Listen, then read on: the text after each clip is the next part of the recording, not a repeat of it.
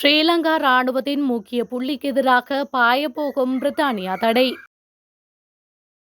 100 million ரூபாய் இழப்பீடு கோரும் பிள்ளையான் தாக்கல் செய்யப்பட்ட அதிரடி மனு. அதிகரிக்கும் பதற்றம். பாகிஸ்தான் அணு ஆயுதம். இந்திய பாதுகாப்பு அமைச்சர் வெளியிட்ட அதிரடி தகவல்.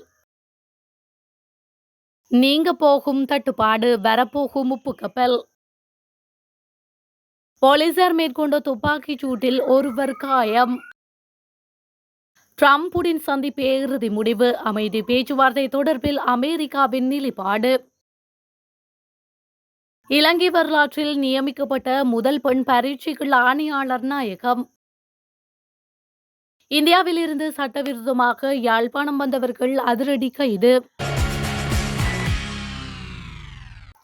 கடுமையான போர்க்கால மனித உரிமை மீறல் குற்றச்சாட்டுகளுக்காக ஓய்வு பெற்ற ராணுவ ஜெனரல் கமல் குணரத்னவிற்கு பிரித்தானியா தடை விதிக்க பரிந்துரை செய்யப்பட்டுள்ளது. குறித்த பரிந்துரையானது சர்வதேச உண்மை மற்றும் நீதி திட்டத்தினால் பிரித்தானியா வெளியுறவு, காமன்வெல்த் மற்றும் அபிவிருத்தி அலுவலகத்திற்கு சமர்ப்பிக்கப்பட்டுள்ளது.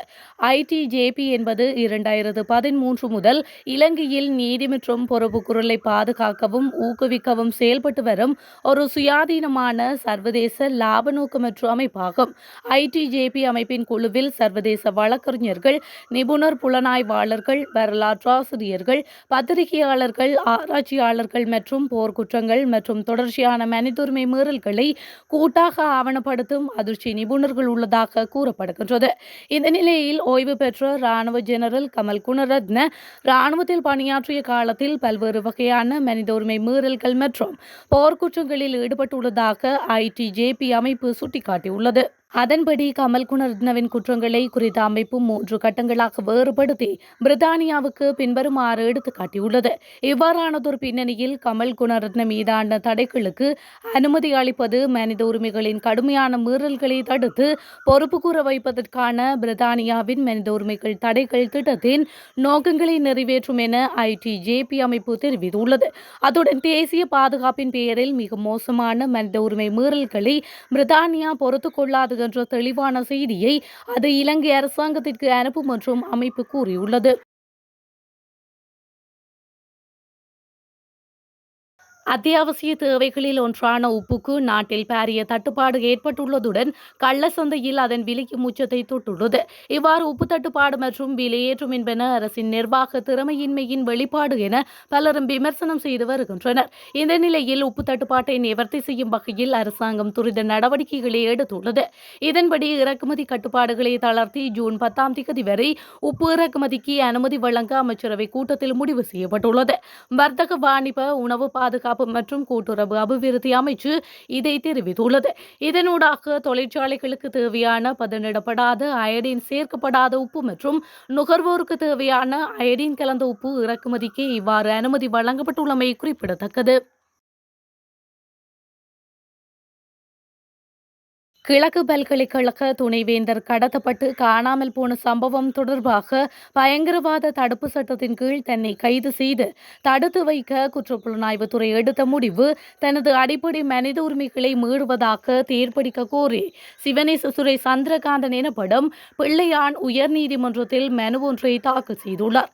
அதில் குற்றப்புலனாய்வு திணைக்களத்தின் சிறப்பு புலனாய்வு பிரிவின் பொறுப்பதிகாரி மாதவ குணவர்த்தன, குற்றப்புலனாய்வு திணைக்களத்தின் பணிப்பாளர் சிரேஷ்ட காவல்துறை அத்தீட்சகர் இமேஷா முத்துமால, பதில் காவல்துறை அதிபர் பிரியந்த வீரசூரிய, பாதுகாப்பு அமைச்சர் அனுர்குமார திசாநாயக்க மற்றும் சட்டமா அதிபர் ஆகியோர் பிரதிவாதிகளாக பெயரிடப்பட்டுள்ளதாக தெரிவிக்கப்படுகின்றது.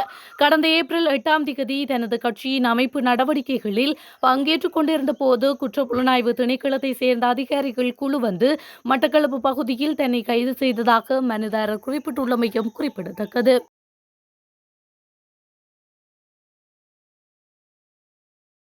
இலங்கை வரலாற்றில் முதல் முறையாக நியமிக்கப்பட்ட பெண் பரீட்சைகள் ஆணையாளர் நாயகமான AKS இந்திகா குமாரி லியனகி நேற்று நாட்டின் 11வது பரீட்சைகள் ஆணையாளர் நாயகமாக அதிகாரப்பூர்வமாக கடமைகளை பொறுப்பேற்றார். 2005 நிர்வாக சேவை பிரிவைச் சேர்ந்த இலங்கை கல்வி நிர்வாக சேவையில் சிறப்பு தர அதிகாரியான லியனகி முன்னர் பாடசாலை பரீட்சைகள் பிரிவு மற்றும் பரீட்சை துறையின் நிர்வாகம் மற்றும் பரீட்சை திணைக்களத்தின் புலனாய்வு பிரிவின் ஆணையாளராக பணியாற்றினார். பணியாற்றினார். காலியில் உள்ள சங்கமிதா பாலிகா வித்தியாலயத்தின் முன்னாள் மாணவியான இவர் முன்னர் கொழும்பு டிஎஸ் சேனாநாயக்க கல்லூரியின் துணை முதல்வர் மற்றும் முதல்வராக பணியாற்றினார். ருகுணு பல்கலைக்கழகத்தில் இளங்கலை பட்டமும், கொழும்பு பல்கலைக்கழகத்தில் கல்வியில் முதுகலை பட்டமும், களனி பல்கலைக்கழகத்தில் மொழியியல் துறையில் முதுகலை பட்டமும் பெற்றுக்கொள்ளமை குறிப்பிடத்தக்கது. பாகிஸ்தானின் அணு ஆயுதங்களை சர்வதேச அணுசக்தி முகாமையின் கண்காணிப்பின் கீழ் கொண்டுவர வேண்டும் என இந்திய பாதுகாப்பு அமைச்சர் ராஜ்நாத் சிங் தெரிவித்துள்ளார். இந்திய பாதுகாப்புத்துறை அமைச்சர் ராஜ்நாத் சிங் நேற்று ஸ்ரீநகருக்கு சென்ற போதே அவர் மேற்கண்டவாறு குறிப்பிட்டுள்ளார். இதன்போது பாகிஸ்தான் ராணுவத்தால் ஜம்மு காஷ்மீர் பகுதியில் வீசப்பட்ட பாகிஸ்தான் குண்டுகளை அமைச்சர் ஆய்வு செய்ததாகவும் இந்திய ஊடகங்கள் செய்தி வெளியிட்டுள்ளன. மேலும் ஊடகங்களுக்கு கருத்து தெரிவிக்கும் போது அவர் தெரிவித்துள்ளதாவது: தீவிரவாதம் மற்றும் தீவிரவாதிகளை எதிர்த்து போராடிய துணிச்சலான வீரர்களின் உச்சக்கட்ட தியாகத்துக்கு முதலில் நான் தலைவணங்க விரும்புகின்றேன். அவர்களின் நினைவுகளுக்கு நான் மரியாதை செலுத்துகின்றேன். அணு ஆயுதங்களை வைத்துக் கொண்டு பாகிஸ்தான் அச்சுறுத்துகின்றது. பாகிஸ்தானின் அணு ஆயுத கிடங்குகளை சர்வதேச அணுசக்தி முகாமை தனது கட்டுப்பாட்டில் கொண்டு வர வேண்டும். தீவிரவாதத்தை ஆதரிக்கும் பாகிஸ்தானின் அணு ஆயுதம் இருப்பது குறித்து உலக நாடுகள் யோசிக்க வேண்டும் என்று அவர் குறிப்பிட்டுள்ளார். காலி கினிமில்லி கலா பிரதேசத்தில் போலீசார் மேற்கொண்ட துப்பாக்கி சூட்டில் ஒருவர் காயமடைந்துள்ளதாக தெரிவிக்கப்படுகின்றது. கடமையில் ஈடுபட்டிருந்த போலீஸ் உத்தியோகத்தர் மீது வாழ்வெட்டு தாக்குதல் நடத்த முயற்சித்த நபர் மீது இவ்வாறு துப்பாக்கி சூடு நடாத்தியதாக போலீசார் தெரிவிக்கின்றனர். சட்டவிரோத மதுபானம் தொடர்பில் கிடைக்கப்பெற்ற தகவல்களின் அடிப்படையில் போலீசார் வீடொன்றில் சுற்றி வளைப்பை மேற்கொண்டுள்ளனர். தெலிகட பிரதேச போலீஸ் உத்தியோகத்தர் ஒருவரை இவ்வாறு துப்பாக்கி சூடு மேற்கொண்டுள்ளார்.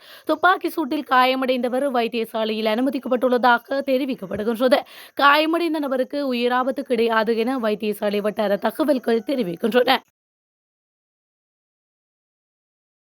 துருக்கியில் உக்ரைனுக்கும் ரஷ்யாவுக்கும் இடையே நடைபெற இருக்கும் அமைதி பேச்சுவார்த்தைகளில் அதிக எதிர்பார்ப்புகள் இல்லை என அமெரிக்கா தெரிவித்துள்ளது. இந்த அமைதி பேச்சுவார்த்தைக்கு அமெரிக்க ஜனாதிபதி டொனால்டு டிரம்பும் ரஷ்ய ஜனாதிபதி விளாடிமிர் புடினும் சந்திக்க வேண்டிய அவசியம் என்று அமெரிக்காவின் உயர்மட்ட ராஜதந்திரி மார்க்கோ ரூபியோ வலியுறுத்தியுள்ளார். இந்த விடயத்தில் ஜனாதிபதி டிரம்ப் மற்றும் ஜனாதிபதி புடின் நேரடியாக தொடர்பு கொள்ளும் வரை இங்கு ஒரு திருப்புமுனை ஏற்படும் என்று நான் நினைக்கவில்லை என்பது எனது மதிப்பீடு என்று தெற்கு துருக்கியில் நேட்டோ வெளியுறவு அமைச்சர்கள் கூட்டத்திற்கு பிறகு அவர் தெரிவித்துள்ளார். முன்னதாக இஸ்தான்புல்லில் உள்ள ரஷ்ய அதிகாரிகளை சந்திக்க உக்ரைன் ஒரு குழுவை அனுப்பும் என்று விளாடிமிர் ஜெலன்ஸ்கி உறுதிப்படுத்தினர். ஆனால் ரஷ்யா அவர்களை பெரிதாக நடத்தவில்லை என்று குற்றம் சாட்டினர். அங்காராவில் செய்தியாளர்களிடம் பேசிய அவர் கீழ்மட்ட மாஸ்கோ தூதுக்குழுவை விமர்சித்தார். அதன் தலைவரும் ஜனாதிபதி உதவியாளருமான விளாடிமிர் மெலஸ்கி கிரெம்லினின் குழுவிடம் தேவையான அனைத்து திறன்களும் இருப்பதாகவும் வலியுறுத்தியுள்ளமை குறிப்பிடத்தக்கது. இந்தியாவில் இருந்து இலங்கைக்குள் சட்டவிரோதமான முறையில் நுழைந்த 4 இலங்கையர்கள் உள்ளிட்ட 6 பேர் கைது செய்யப்பட்டு வல்வெட்டித்துறை காவல் நிலையத்தில் தடுத்து வைக்கப்பட்டுள்ளனர்.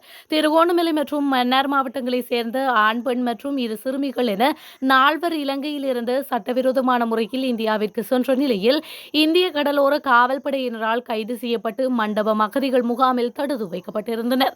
இந்த நிலையில் குறித்த 4 இந்தியாவில் இருந்து மீண்டும் இலங்கைக்கு சட்டவிரோதமான முறையில் கடல் வழியாக திரும்பியுள்ளனர்.